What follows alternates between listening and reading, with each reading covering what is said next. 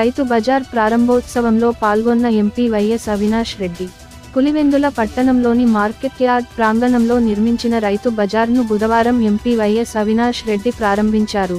అనంతరం ఆయన మాట్లాడుతూ వైసీపీ ప్రభుత్వంలో రైతులు దళారుల వద్ద మోసపోకుండా తమ పంటను తామే అమ్ముకునేందుకు వీలుగా ప్రతి పట్టణంలో ఇటువంటి రైతు బజార్లను ఏర్పాటు చేశారని అన్నారు. ఈ అవకాశాన్ని రైతులు సద్వినియోగపరచుకోవాలని తెలిపారు.